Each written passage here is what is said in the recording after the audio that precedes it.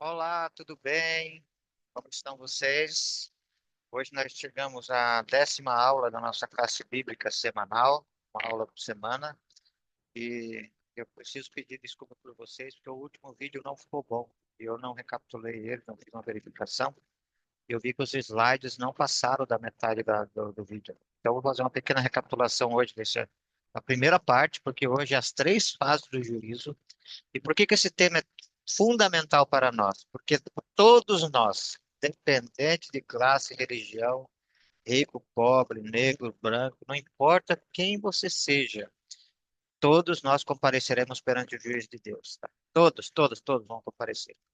E o pior de tudo é que a maioria das igrejas cristãs, a grande maioria, não se prega como se deve pregar sobre o juízo, alertando a preparação. Lembra que no juízo investigativo, no juízo do santuário, vocês assistiram, eu vou refazer aquela aula novamente, a aula nona, né? Tema 9.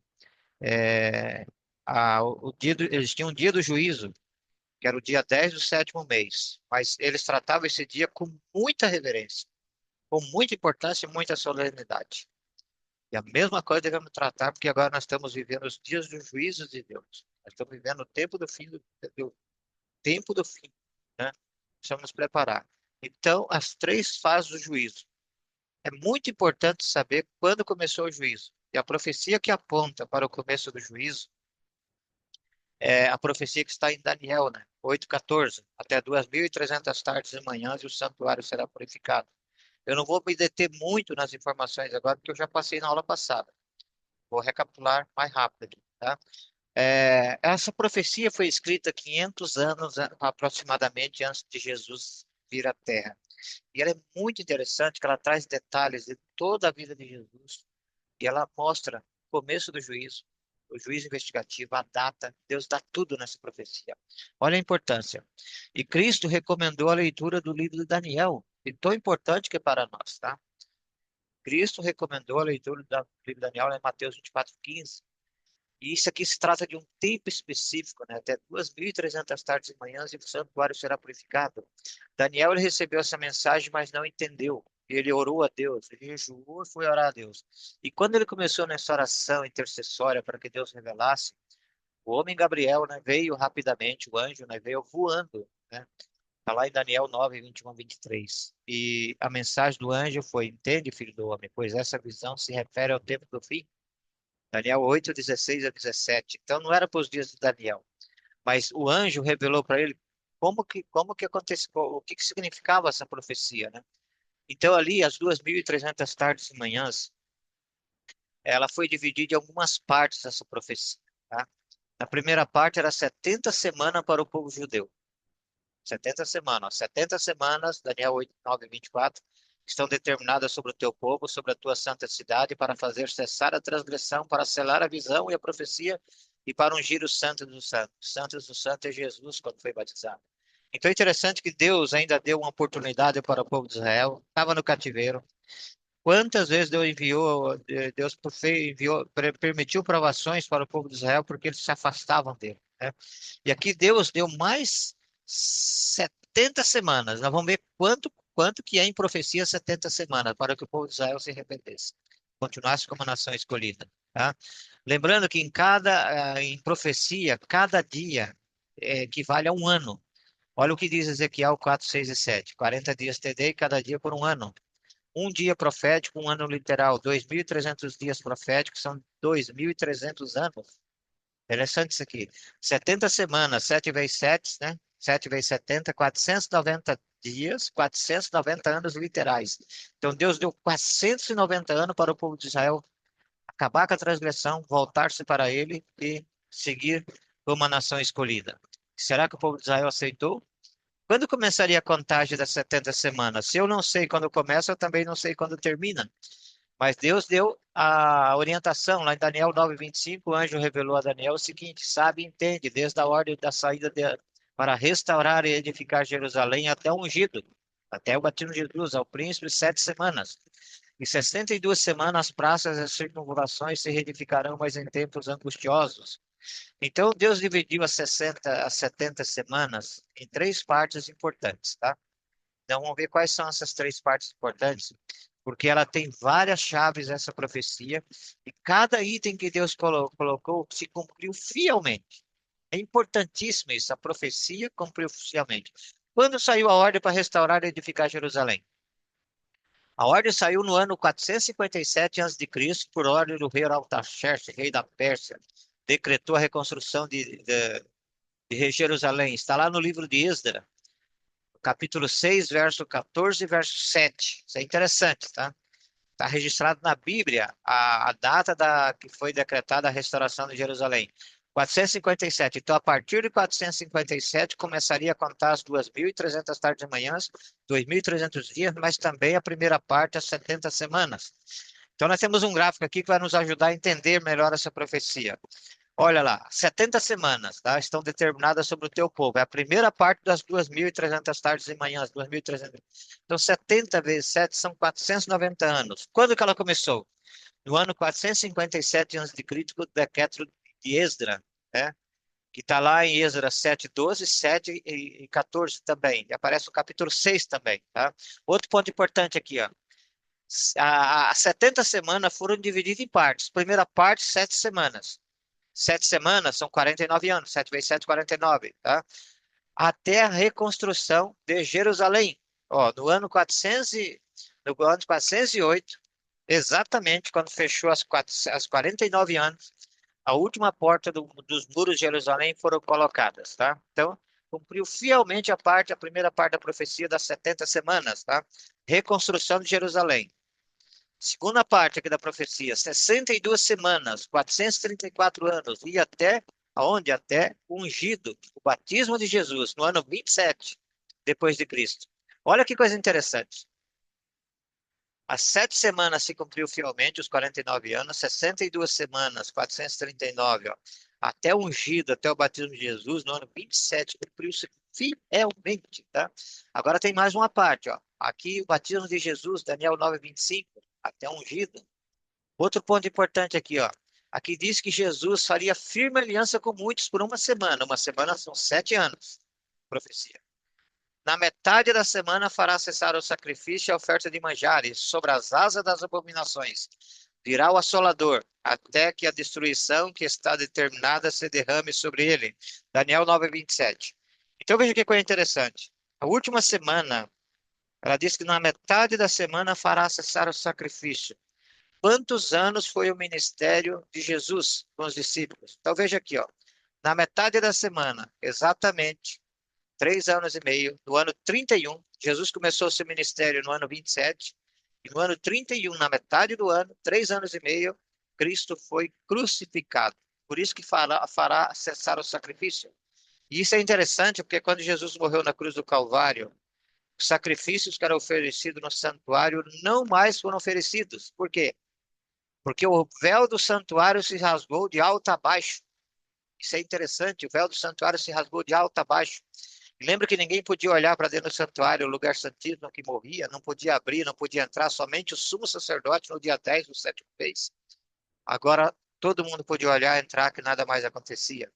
Depois das 62 semanas será morto ungido, já não estará, tá? A primeira parte desse verso. E olha que coisa interessante aqui, pessoal. Então, na metade da semana, exatamente, cessou o sacrifício, porque agora não precisava mais sacrificar cordeiro, porque o verdadeiro cordeiro que tira o pecado do mundo morreu na cruz do Calvário por nós, que foi Jesus Cristo. Mas ainda faltava meia semana, 3 anos e meio para o povo de Israel se arrepender. Lembra que Deus deu 490 anos para o povo de Israel se arrepender. E será que eles se arrependeram? Lembra quando Jesus veio, João 1:11 diz assim: Ele veio para os seus e os seus não o receberam, não o reconheceram. O povo de Israel não aceitou Jesus como Salvador, como Messias. E aqui, quando fechou as 70 semanas, que acontecimento marca, acontecimento importante, marca que Israel foi rejeitado? Olha, pessoal, que coisa interessante aqui.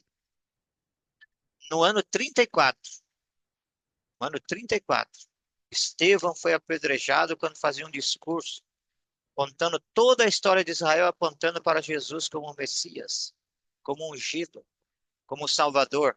E quando ele falou isso, que eles tinham tirado a vida de Jesus, ele foi apedrejado. E Israel foi rejeitado como nação. Olha o que diz aqui o livro de Atos dos Apóstolos, capítulo 7, versos 58 a 60 e capítulo 8, verso 1. E lançando fora da cidade, quer dizer, Estevão, apedrejaram Estevão. Naquele dia se levantou grande perseguição contra a igreja em Jerusalém. E todos, exceto os apóstolos, foram dispersos pelas regiões da Judéia e Samaria. Ou seja, o apedrejamento de Estevão fez com que os sacerdotes fizessem uma perseguição implacável em cima dos cristãos que pregavam a Jesus e o arrependimento e culpavam eles pela morte de Jesus também. Tá? Olha que coisa interessante. Aqui foi perseguido, Israel foi rejeitado como nação. 490 anos e não colocaram as suas vidas em dia, sempre se rebelando contra Deus. Após a crucificação de Jesus, os discípulos judeus tiveram mais 3 anos e meio para arrependimento. Quando Estevão foi apedrejado no ano 34, os judeus deixaram de ser a nação escolhida. E agora Deus tem um remanescente que leva a sua palavra até os confins da terra. Então, recapitulando aqui, ó, nós falamos de 2.300 tardes e manhãs ou 2.300 anos. Só que nós passamos apenas 490, mas a profecia toda é 2.300. Então, a profecia começou no ano 457, com o decreto de Esdra. Tá? Aqui nós tivemos a primeira parte, com os 490 anos, que foram as 70 semanas, até a morte de Estevão. Nós tivemos aqui também, agora falta, ó, 2.300 anos, menos 490 anos que já se cumpriram, vai dar exatamente 1810. Nós estávamos no ano 34. 34 mais 1810 são 1844. Ou seja, lembra que Daniel 8:14 diz assim: até 2.300 tardes e manhãs e o santuário seria purificado. Então, agora, lembra da purificação do santuário, que o sumo sacerdote entrava no lugar santíssimo no dia 10 do sétimo mês, para expiar os pecados do povo durante todo o ano. Cada um trazia o seu cordeiro, a sua pombinha, confessava os pecados, sangue era espargido nas cortinas do santuário, e o pecado contaminava o santuário. Mas no dia 10 do sétimo mês, o sumo sacerdote entrava lá, fazia expiação, pegava o sangue, 2 bodes era colocado, um era morto, e esse sangue ele espargia lá no lugar santíssimo. Depois ia com a parte do sangue, colocava a mão sobre a cabeça do bode emissário Azazel, levava esse bode confessando os pecados. Esse bode simboliza Satanás, que era levado ao deserto para morrer à míngua. Assim será com todos os salvos. Seus pecados serão purificados e perdoados por Jesus. Mas os pecados dos salvos, Satanás carregará sobre si. Então, aqui, o ano de 1844, Jesus entrou no lugar santíssimo do santuário para começar o juízo investigativo. Tá? No céu foi iniciada a obra que está acontecendo, a purificação do santuário, no dia 22 de outubro de 1844. Isso é muito impressionante, essa profecia. Então, nessa data começou o juízo investigativo. Jesus entrou no Santo dos Santos, lugar santíssimo do santuário celestial. Lembra que quando o santuário terrestre foi feito, Moisés fez segundo o modelo que lhe foi mostrado no monte. E Deus mostrou o santuário celestial para ele, faça igual. Então há um santuário no céu. Há um santuário igualzinho àquele que foi construído na terra. Agora, não feito por mãos humanas, mas por Deus. Então aqui Jesus, os livros foram abertos, e o caso de cada pessoa está sendo passado nesse momento no céu. Primeiro pelos mortos. O primeiro a morrer foi Abel. Então, o juízo começou com Abel. Tanto salvos como perdidos passarão pelo juízo. Isso é importante. O mundo todo será julgado. Todo ser humano vai passar por um juízo. Ninguém escapa do tribunal de Deus. Os salvos e os perdidos passarão pelo juízo. Quantos deverão enfrentar o juízo? Olha como diz 2 Coríntios 5:10. Porque importa que todos nós compareçamos perante o tribunal de Cristo, para que cada um receba segundo o bem ou mal que tiver feito por meio do corpo. 2 Coríntios 5:10. Então, cada um de nós dará conta das suas próprias obras. Por quais coisas as pessoas serão julgadas? Eclesiastes 12, 13 e 14 e Mateus 12, 36 e 37. Eclesiastes 12 diz assim, verso 13: de tudo que você tem ouvido, assuma é. Teme a Deus e guarde os seus mandamentos, porque isso é o dever de todo homem. Então, a Bíblia diz que o que é o pecado? A Bíblia diz que o pecado é o quebrantamento da lei, é quebrar a lei de Deus. Qual é a lei de Deus que rege o ser humano? Os 10 mandamentos, que estão lá em Êxodo capítulo 20. Os 10 mandamentos, tá? Verso 14 diz assim: porque Deus há de trazer a juízo todas as obras, até que estão escondidas, quer sejam boas, quer sejam más. Então, todas as obras aparecerão no juízo. Mateus 12. 36 diz assim: digo-vos que de toda palavra frívola que proferirem os homens, dela darão conta no dia do juízo. Verso 37, porque pelas suas palavras serás justificado e pelas tuas palavras serás condenado. Nossos pensamentos, nossas palavras, nossas atitudes vão ter peso no juízo. Nós somos salvos pela graça, mas somos julgados pelas obras. Isso que é interessante. A obra não salva ninguém, mas ela vai estar no julgamento, tá? Ela vai aparecer no julgamento, na minha decisão. Qual será a norma usada por Deus no juízo? Eclesiastes 12:13 e Tiago 1:25, 2:10 a 12. Então, qual é a norma? Qual é a lei que Deus vai usar? Você lembra quando você comete uma infração de trânsito? E nós só sabemos que cometemos uma infração de trânsito porque está no Código do Trânsito, tá? Pode ver que o mundo é governado por leis. E quando nós quebramos uma dessas leis, nós vamos a julgamento, conforme a lei. Ou pagamos o prejuízo, entendeu? E Eclesiastes 12:13 diz assim: de tudo que se tem ouvido, a suma é: teme a Deus e guarde os seus mandamentos, porque esse é o dever de todo homem. Se fosse resumir toda a Bíblia, tá? Toda a Bíblia, resumir tudo. Olha o que Deus fala: o dever de todo homem é guardar os seus mandamentos. Mas Jesus diz lá em João, né? Se me amais, guardareis os meus mandamentos. Nós só conseguimos guardar os mandamentos de Deus por amar a Jesus. Se você não ama, não vai guardar. Você vai transgredir. Isso é importante, né? Tiago 1:25 diz assim: mas aquele que considera atentamente a lei perfeita, a lei da liberdade, nela persevera, não sendo ouvido negligente, mas operoso praticante. Esse será bem-aventurado no que realizar. Então, a lei, Deus chama ela de perfeita, a lei da liberdade, e nós devemos perseverar, ser obedientes a ela. Tá? Isso é importante. Tiago 2:10 diz aqui: pois qualquer que guarda toda a lei, mas tropeça em um só ponto, se torna culpado de todos. E aí Jesus cita alguns mandamentos. Se você não mata, mas rouba, transgredir. Se você não rouba, mas adultera, só que Deus deixou 10 preceitos. E você vê hoje que a Irmandade na cristandade, né, dentro do mundo cristão, eles falam que os mandamentos foram abolidos ou cumpridos por Jesus. Mas você fala, então é permitido roubar? Não, não é permitido roubar. É permitido adulterar? Não é permitido. Mas tudo isso foi criado por Satanás, essa falácia, né, para que se quebrasse um mandamento. Porque Satanás ele tem um ódio tremendo de um mandamento, o sábado. Porque o sábado é o único ponto em toda a Bíblia, em toda a eternidade, que aponta a Deus como Criador. É o único ponto dentro da Bíblia que aponta que Deus nos criou. Único. E ainda a Bíblia vai longe, diz que os servos de Deus são aqueles que guardam o sábado. Isso é muito interessante, né? E o verso 11 diz aqui, ó, aquilo que eu já citei: não adulterarás, também ordenou: não matarás. Ora, se não adulteras, porém matas, se tornou quebrantador da lei. Falar de tal maneira e de tal proceder como aqueles que hão de ser julgados pela lei da liberdade. Isso é importante. A lei de Deus será a norma do juízo, os 10 mandamentos que estão em todas as Bíblias. Está na Bíblia usada pela Igreja Católica, está nas várias versões, né, usada no mundo cristão, está na Bíblia do Testemunho de Jeová. Todas as Bíblias contêm os 10 mandamentos, tá? Todas iguais. E Jesus diz em Mateus 5:18-19: não vim para revogar, mas vim para cumprir, para obedecer, para mostrar como que se guarda a lei. Isso é interessante, né? E aqui estão os 10 mandamentos de Deus, que está lá em Êxodo 20. E Jesus aponta para eles como a norma do juízo. Então nós seremos julgados de acordo com os 10 mandamentos, a lei da liberdade. As 3 fases do juízo. A primeira nós já vimos agora, no juízo pré-advento.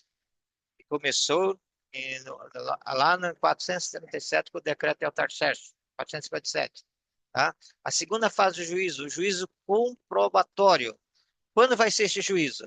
Lembra que nós já passamos pela lição dos 1000 anos, o milênio. Quando Jesus voltar na sua segunda vinda, preste muita atenção que é importante, já passei por essa aula. Quando Jesus voltar na sua segunda vinda, os salvos, mortos, ressuscitarão. Os salvos vivos serão transformados e tantos mortos ressuscitarão, como os vivos que foram transformados, salvos. Os anjos os pegarão e levarão até Jesus nas nuvens, e subirão ao céu e ficarão 1000 anos com Jesus. Os mortos que não aceitaram Jesus continuarão mortos. Os vivos, os pecadores que não aceitaram o sacrifício de Jesus, morrerão na segunda vinda de Jesus, permanecerão mortos. Então agora os salvos vão para o céu. E nesse período dos 1000 anos. Os salvos participarão do julgamento. Isso é interessante. Ó. Que visão o profeta João teve com relação ao juízo? Apocalipse 20, 11 e 12. Diz aqui, ó, vi um grande trono branco e aquele que se assenta, de cuja presença fugiram a terra e o céu, e não se achou lugar para eles. Vi também os mortos, os grandes, os pequenos, postos em pé diante do trono. Então se abriram os livros. Ainda abriu outro livro, o livro da vida foi aberto, e os mortos foram julgados segundo as suas obras, conforme se achava escrito nos livros. Olha, preste muita atenção. Tudo que você faz, fala, come, bebe, pensa, age ou deixa de agir, é relatado pelo anjo. E todos esses relatos vão para o livro. O livro do bem e do mal e o livro da vida. Quando você aceita Jesus como seu Salvador, seu nome vai para o livro da vida. E seus pecados são perdoados. Mas você não está salvo para sempre. Por quê? Se eu voltar a pecar, volto, se meu nome sai do livro da vida se eu rejeitar Jesus. Então eu preciso permanecer em Jesus. Então, nesse período dos 1000 anos, os salvos participarão do julgamento. Por que os salvos participarão do julgamento? Isso é interessante, pessoal. Por que os salvos participarão do julgamento? Olha, imagina Davi, que ele foi salvo, se arrependeu, Urias foi salvo, e os dois se encontrarão no céu.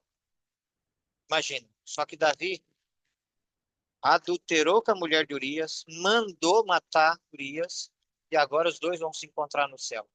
Olha se não tivesse o juízo investigativo. Como que Urias entenderia que além de Davi tomar sua mulher, ainda matou? Olha que situação. Mas ali nos livros do céu, irmãos, vai estar ali que pessoas cometeram pecados graves, mas se arrependeram. Imagina o encontro de Manassés com Isaías. Manassés foi um dos piores reis de Israel. Sacrificou seus filhos, adivinhava pelas nuvens, era necromante, consultava os mortos. Tudo que você pensava de errado, Manassés fez.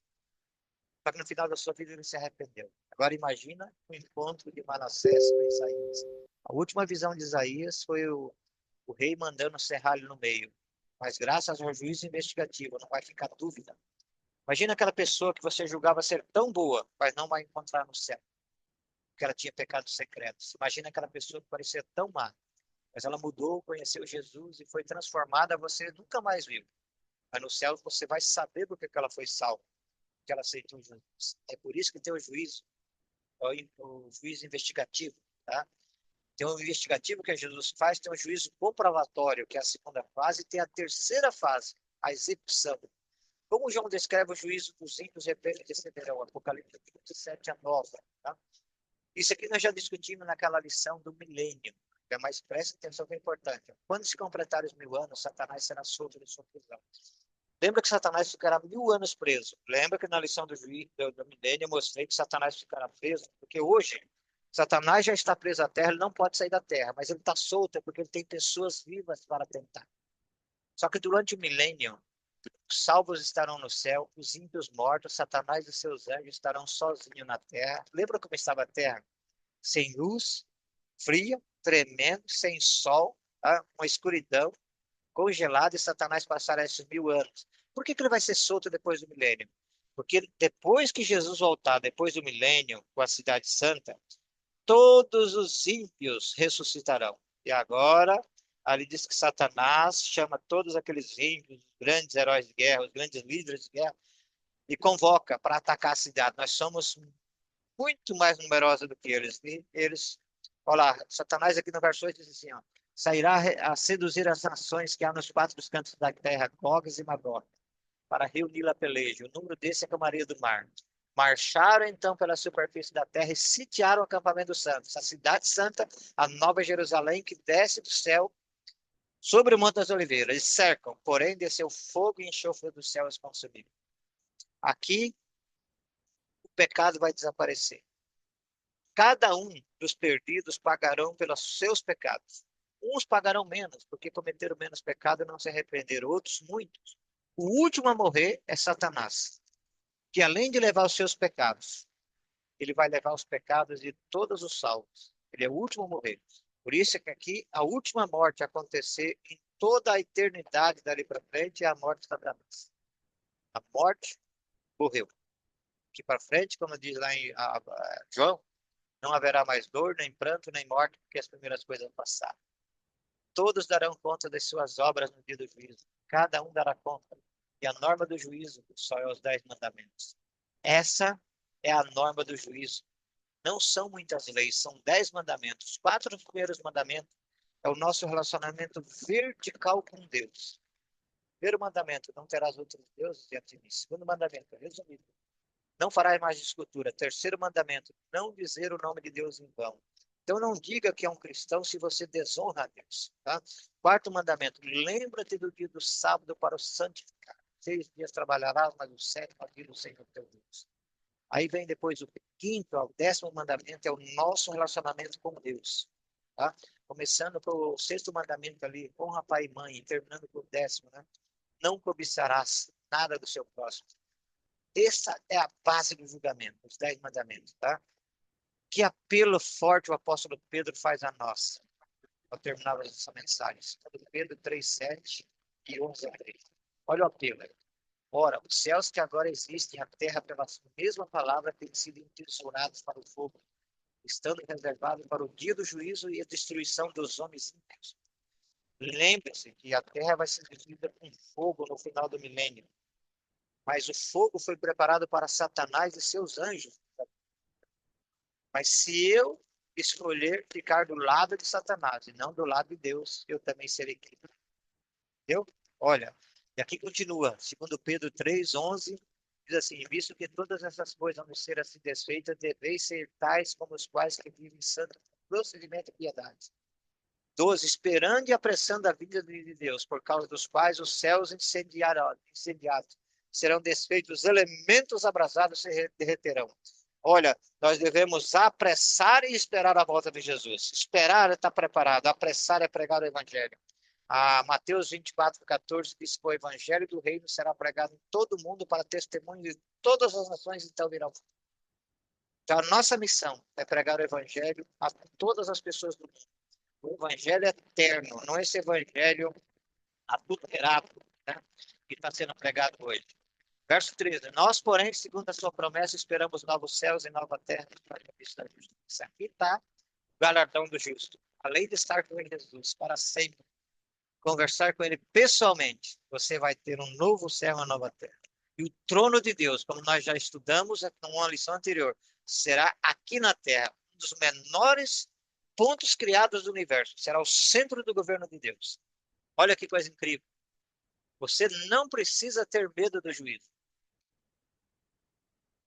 Não precisa ter medo do juízo. Se você está em Cristo, é uma nova criatura. Lembra que Jesus é o nosso advogado. Nunca perdeu uma causa. Ele é o nosso advogado. E depois ele será o nosso juiz. Você entrega a sua causa para um advogado que nunca perdeu uma causa. E depois ele vai julgar. A nossa salvação está certa. Mas eu preciso aceitar Jesus e ser obediente. Não temas. Segura na mão de Jesus e não solte por nada. Tá? Estamos vivendo no fim do tempo do fim. Estamos vivendo no fim do tempo do fim. Então não viva de qualquer jeito. Qual deve ser a nossa decisão? Hoje aprendi que o juízo de Deus está em andamento e que todo ser humano vai dar conta de suas obras. Desejo agora aceitar Jesus como meu advogado junto ao Pai e ser absolvido do tribunal. Deus abençoe que essa seja a tua decisão, sua e da tua família, para que possamos estar juntos no céu por toda a eternidade sempre. Não, não, não despreze essa mensagem. Deus te ama muito. Nós também amamos você. Por isso que nós estamos preparando essa mensagem tão importante. Lembre-se, lembre-se, não deixe de prestar atenção nessa mensagem. Tá? Senhor nosso Deus, nossa gratidão por essa mensagem tão importante para nós. Abençoe cada amigo, cada irmão, cada pessoa vai ver essa mensagem hoje, amanhã, talvez daqui a um ano, não importa. Que teu Santo Espírito trabalhe no coração de todos que ouviram essa mensagem, para que possam aceitar Jesus. Também possam enviar essa mensagem para que outras pessoas também conheçam. Nós teremos um juízo que está em andamento. Nós vamos comparecer perante o tribunal. Estou salvo ou perdido. A decisão é nossa. Que o Espírito Santo trabalhe nos corações para que possamos aceitar Jesus e sermos obedientes em tudo. Em nome de Jesus, obedientes e agradecer. Até o próximo estudo.